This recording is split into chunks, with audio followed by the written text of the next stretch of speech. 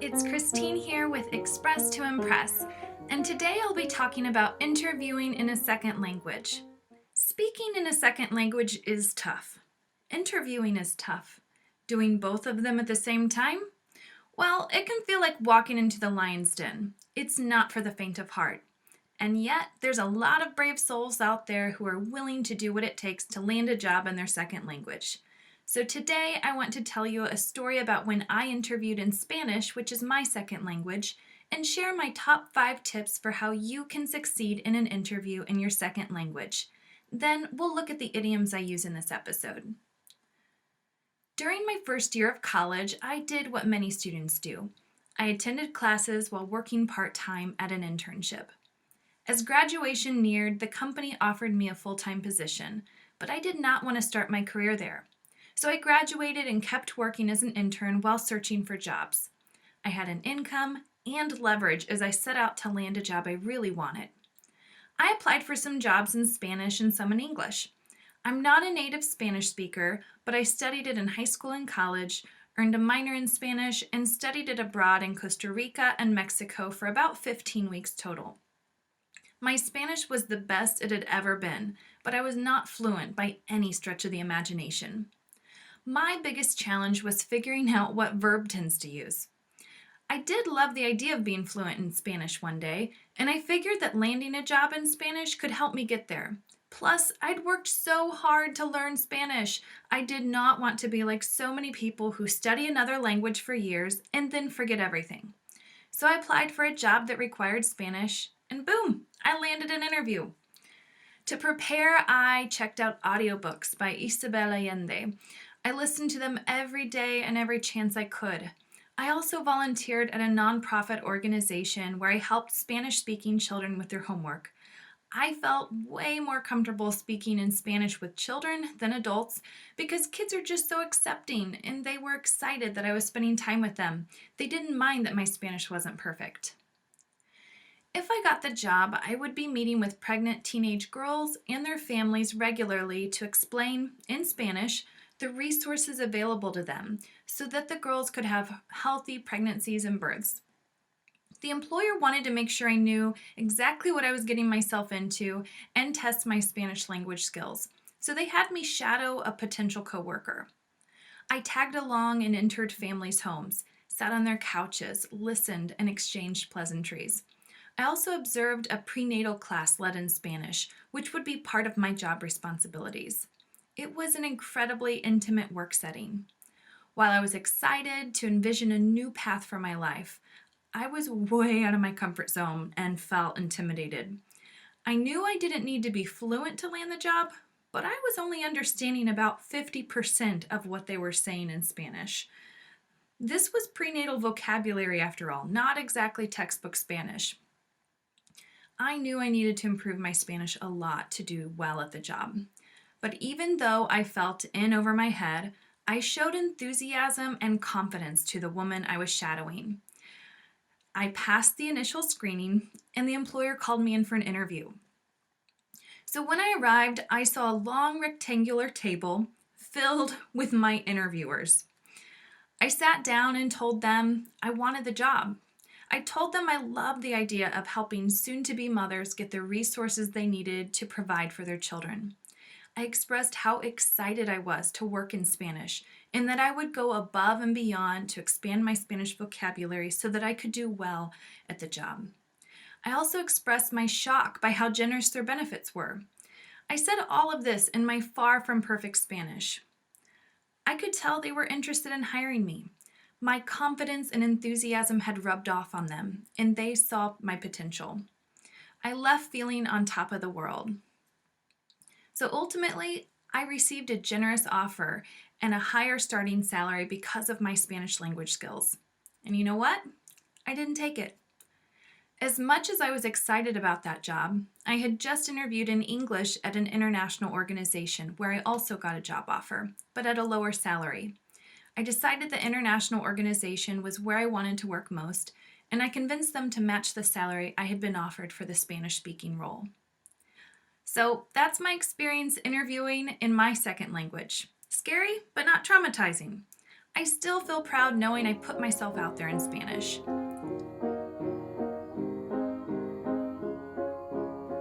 Now let's look at 5 things you can do to prepare for an interview in your second language, presumably English. First, immerse yourself in English leading up to your interview. Prioritize listening and speaking over reading and writing in English because a lot of vocabulary and phrases used in speaking are different from what's in print. Audiobooks, TV series, and podcasts are great options. Second, repeat this line many times leading up to your interview. I don't have to be fluent in English to get an offer, but I do have to be confident. I have met hundreds of people who use English in their jobs whose English is far from perfect, so I know it's possible. On the other hand, I have worked with people with solid English skills who dream of landing a job where they would speak English, but they don't believe their English skills are good enough. Sometimes their English skills are better than the people I know who already have jobs in English. Their lack of confidence is the only thing holding them back. So my advice to you is don't be a perfectionist. Interview in English before you think you're ready. Third, prepare for your interview with a native English speaker. You can have a mock interview with a teacher, a friend, a language exchange partner, or a career coach.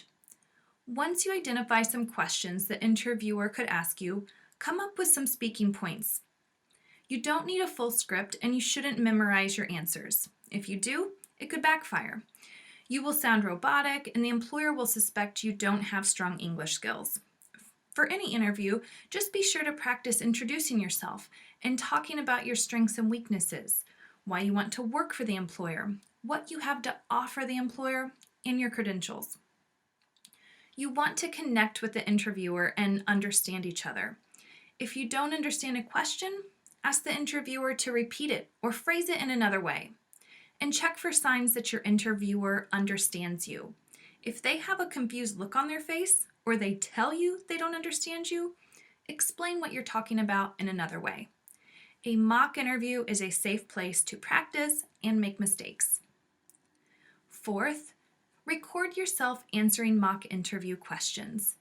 Afterward, watch the video and critique yourself. How is your speaking speed and volume? What does your body language say? Finally, on the day of the interview, be honest and humble about your language skills. Acknowledge to the interviewer that your language skills are a work in progress, and tell them all the things you're doing to improve your English skills and your eagerness to work in an English-speaking environment. Your belief in your ability to work in English, along with your commitment to improving your English language skills, will likely convince the employer you're capable of working in English. All right, now you're all set to interview in English. To stay motivated, all right, now you're all set to interview in your second language. To stay motivated, write down how your life could improve by landing a job in your second language and revisit it before your interview. Maybe you could work abroad in an English-speaking country or office. Make new friends from different cultures. Travel internationally. Improve your attractiveness to international employers. Or improve your English language skills further. The world awaits for your talent. Go show them what you're made of. You're ambitious and you're talented, but to do the work you love, you need to ace every stage of the job search process, including your interviews. I created an online course to guide you through the process so that you can land your dream job and do your thing.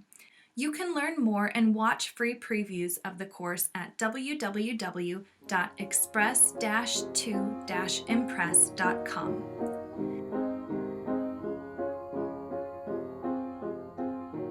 If you want to build your English vocabulary, continue listening to learn about the idioms and phrases I used in this episode. First, we have faint of heart. Here's how I used it. It's definitely not for the faint of heart. That means a person who lacks courage or is unable to rise to the occasion. Next, we have walk into the lion's den. Here's how I used it. Well, it can feel like walking into the lion's den. That means to enter a particularly dangerous or hostile situation. especially due to an angry group of people within it. Next, we have in over my head, and here's the sentence where I used it.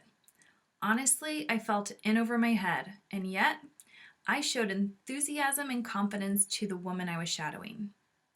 It means that someone is in a difficult situation and it's beyond their control or ability to handle.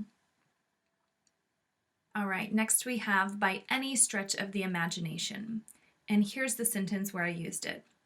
My Spanish was the best it had ever been, but I was not fluent by any stretch of the imagination. We use this phrase when we want to emphasize that something is completely untrue or absolutely impossible. Next, we have above and beyond, and here's the sentence where I used it. I told them how excited I was to work in Spanish and that I would go above and beyond to expand my Spanish vocabulary so that I could do the job well. This means to exceed expectations or requirements. All right, now we have on top of the world, and here's the sentence where I used it. I left feeling on top of the world. It means to feel completely elated, blissful, and happy. Now we have do your thing. Here's the sentence where I used it. I created an online course to guide you through the process so that you can land your dream job and do your thing. It means to pursue and do what you do best. And last we have show them what you're made of. Here's how I used it. The world awaits for your talent. Now go show them what you're made of. This means to demonstrate your talent, determination, ability, courage, or worth. Thank you for listening to this week's episode of Express to Impress. I hope to see you next time. Bye!